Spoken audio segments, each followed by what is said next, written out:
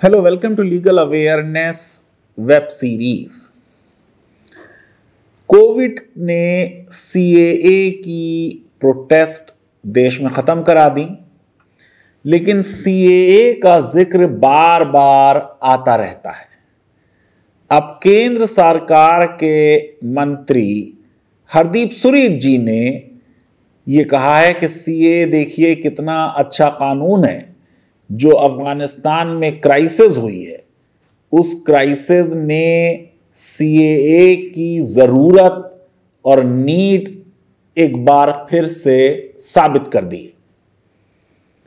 क्या वाकई में केंद्रीय मंत्री जो कह रहे हैं वो पूरी तरह फैक्ट्स और लॉ से निकल कर आता है? इस प्रश्न पर आज चर्चा करें। आपको मालूम है कि सीएए 2019 में भारत की संसद ने पास किया था। देश में उसका जबरदस्त विरोध हुआ था और इंटरनेशनल एजेंसीज और ऑर्गेनाइजेशंस और यूनाइटेड नेशंस के ह्यूमन राइट ऑर्गेनाइजेशंस ने उसका विरोध किया और उन्होंने कहा कि ये लॉ डिस्क्रिमिनेटरी है, ये डिस्क्रिमिनेट करता है on the basis of religion और ये आर्बिट्रेरी है।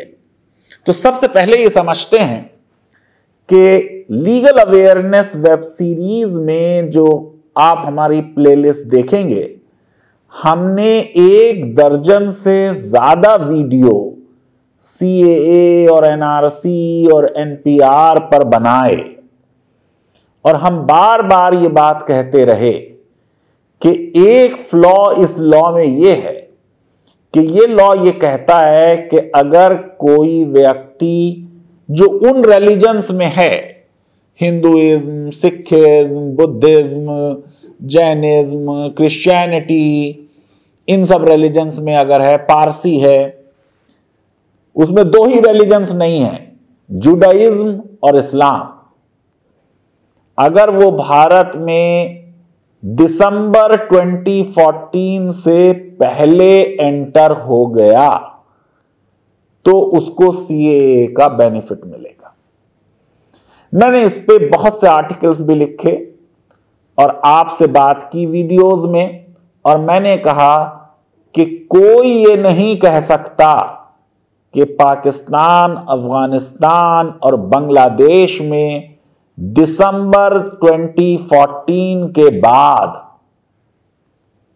धार्मिक उत्पीड़न, रिलीजियस परसिक्यूशन समाप्त हो चुका है। हकीकत यह है कि रिलीजियस परसिक्यूशन किसी भी समय किसी भी समाज में हो सकता है। इसका मतलब ये जो एक आर्टिफिशियल डेट फिक्स की गई थी आर्बिट्ररली, अफगानिस्तान की क्राइसिस ने यह साबित किया है कि वो डेट गलत थी। आज हम अफगानिस्तान से हिंदूज को और सिख्स को इवैक्यूएट करके देश में ला रहे हैं। क्या हम उनको सीएए का बेनिफिट दे सकते हैं? नहीं, क्योंकि वो देश में एंटर हो रहे हैं 2014 के बाद। तो ये आर्गुमेंट अपने आप में कंट्राडिक्ट कर रहा है कि अफगानिस्तान की क्राइसिस ने सीएए की जरूरत को साबित कर दिया। ये उल्टा है मामला। अफगानिस्तान की क्राइसिस ने यह साबित किया कि 2014 से पहले भी इन देशों में और विश्व के और बहुत से देशों में रिलीजियस परसिक्यूशन होता था, आज भी हो रहा है और शायद अनफॉर्चुनेटली कल भी होता रहेगा। अब दूसरा प्रश्न, हम इवैक्यूएट कर रहे हैं उन लोगों को जो परेशान हैं तालिबान की आने वाली जालिम सरकार से, जिनको अंदेशा है, भय है, एक डर है, एक थ्रेट है कि एक regressive, Orthodox, conservative, anti minority सरकार बनने जा रही है। क्या यह डर सिर्फ हिंदुओं को है वहां? क्या यह डर सिर्फ सिखों को है वहां, या अफगानिस्तान की नॉन पश्तून ट्राइब्स हजारास को भी है, शियास को भी है, लिबरल मुस्लिम्स को भी है, औरतों को भी है?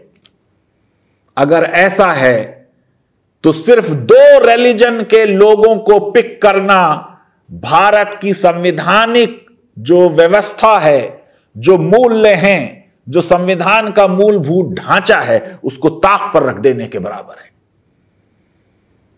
एक परेशान आदमी को पानी पिलाते समय हम उसका धर्म पूछेंगे?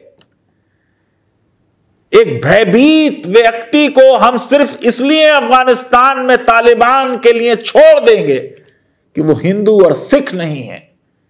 अगर ऐसा है तो फिर इसका मतलब जो संवैधानिक मूल्य और जो हमारी फंडामेंटल ड्यूटी थी कि हमारी फ्रीडम स्ट्रगल के जो आइडियल्स हैं हम उनको चेरिश करेंगे, इसका मतलब हमने उन आइडियल्स को छोड़ दिया। क्या वो व्यक्ति अच्छा होगा? जो लोग भूखे मर रहे हो उनमें खाना उनका धर्म पूछ पूछ कर देता? अगर ऐसा है तो यह बहुत अफसोस की बात है। रिलीजियस परसिक्यूशन अगर रीजन था सीएए का, तो यह शब्द सीएए में क्यों नहीं? हकीकत यह है कि सीएए का एक बहुत बड़ा क्रिटिसिज्म यह है कि पूरी कहानी में उस बात का, पूरे फसाने में उस बात का जिक्र ही नहीं था जिसके लिए वो कहानी लिखी गई थी। 2 साल हो गए हैं और हम सीएए के रूल्स नहीं बना पाए। तकरीबन 2 साल होने जा रहे हैं और हमारी सुप्रीम कोर्ट ने हियरिंग संवैधानिकता पर सीएए की शुरू भी नहीं की।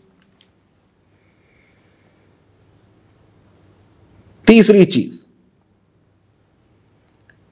जब भारत का संविधान बन रहा था और सिटीजनशिप का कानून पे बहस हुई संविधान सभा में,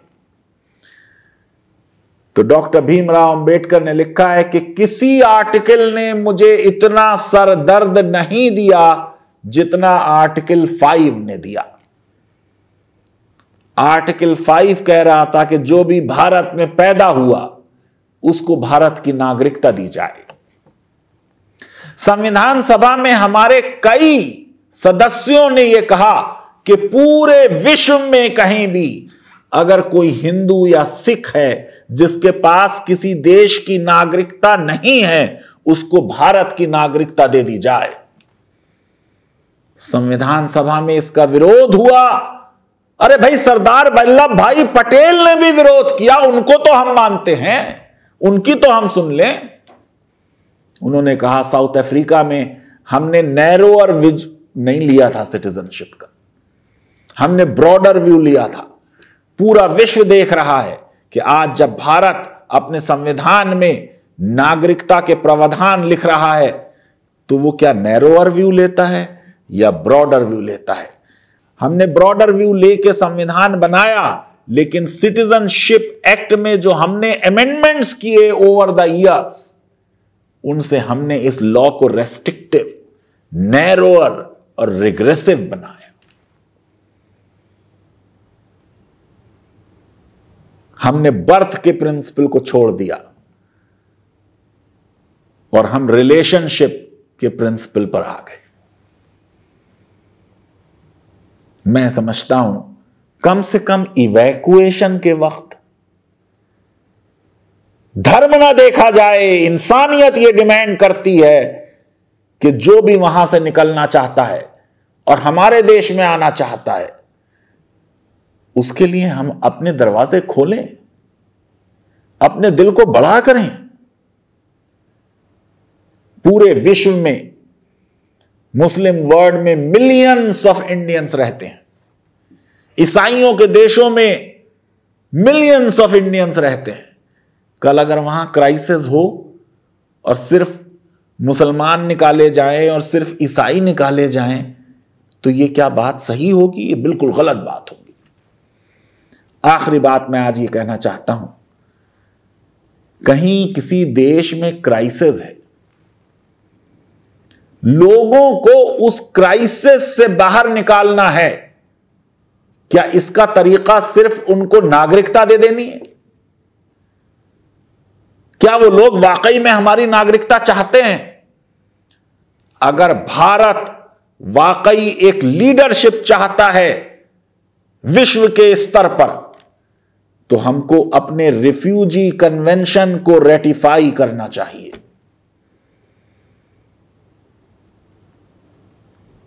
जो लोग हमारे देश में इस मुसीबत में आ रहे हैं, वो कुछ दिन के लिए आए, जब उनके देश के हालात इंप्रूव हों, वो अपने देश वापस जा सकते। नागरिकता देना इसका हल नहीं है। इमीडिएटली वहां से इवैक्यूएशन, अधिक से अधिक लोगों का, यह होगी मानवता की सेवा। मैं समझता हूं कि अफगानिस्तान को पूरी तरह तालिबान या पाकिस्तान के कंट्रोल में भारत नहीं छोड़ सकता। भारत की सरकार और भारत का विदेश विभाग वहां के हालात को स्टडी कर रहा है। जो भी वो फैसला लेंगे, पूरा देश उनके साथ होगा। लेकिन भारत ह्यूमैनिटेरियन एड देने के लिए जब इवैक्यूएशन करे, तो मजहब पूछ पूछ कर लोगों को जहाज में ना बैठाए, क्योंकि यह करने से हमारी इंटरनेशनल इमेज को धक्का लगेगा। यहां एक इंसान को बचाना है, हिंदू और सिख को नहीं बचाना। और यह बड़ी अच्छी बात हुई है कि भारत के विदेश विभाग ने अब कह दिया है कि अफगान सिटीजन्स, चाहे वो मुस्लिम हो या किसी और धर्म को मानने वाले, अगर वो परेशान हैं तो भारत उनको भी एक्सेप्ट करेगा और इवैक्यूएट करेगा। मैं समझता हूं कि सरकार का ये डिसीजन बिल्कुल भारतीय संविधान और भारतीय संस्कृति से कंसिस्टेंट है। लीगल अवेयरनेस वेब सीरीज अगर आपको पसंद आती है तो मेरी रिक्वेस्ट है कि हमारे इस वीडियो को वाइडली शेयर करें, हमारे चैनल को सब्सक्राइब करें और बेल आइकन और लाइक जरूर क्लिक करें। बहुत बहुत शुक्रिया, धन्यवाद, थैंक यू वेरी मच।